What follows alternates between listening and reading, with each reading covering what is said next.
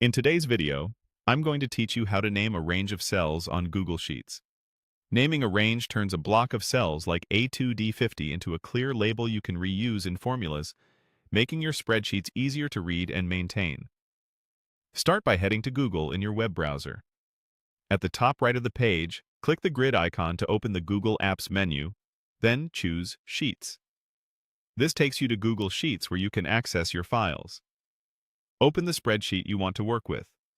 If you're prompted to sign in, just use your usual account so you can reach your documents. With your sheet open, highlight the exact set of cells you want to name.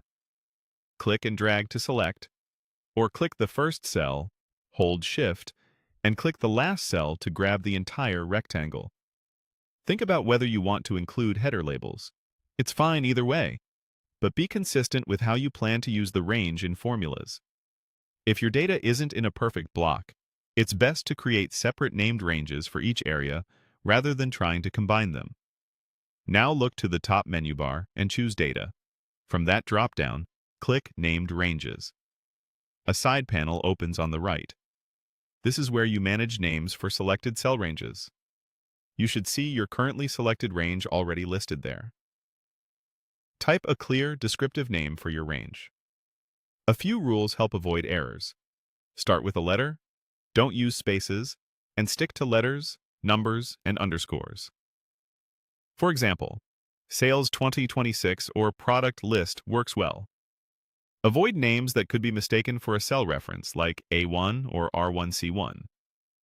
If the range shown in the panel isn't what you intended, you can adjust it before saving. When you're happy with the name and the address, click Done to finish. From now on, you can use that name in formulas just like a cell reference. For example, type XSUM, Sales 2026, or use the name in functions like average, COUNTIF, and VLOOKUP. Named ranges help prevent mistakes when formulas get long, and they make your intent clear to anyone reading the sheet. If you later insert rows or columns inside the named area, Google Sheets will keep the name aligned with the data. To edit or remove a name, return to Data, choose Named Ranges, and update it in the side panel. That's it. You've created a named range, making your spreadsheet cleaner, more consistent, and easier to work with.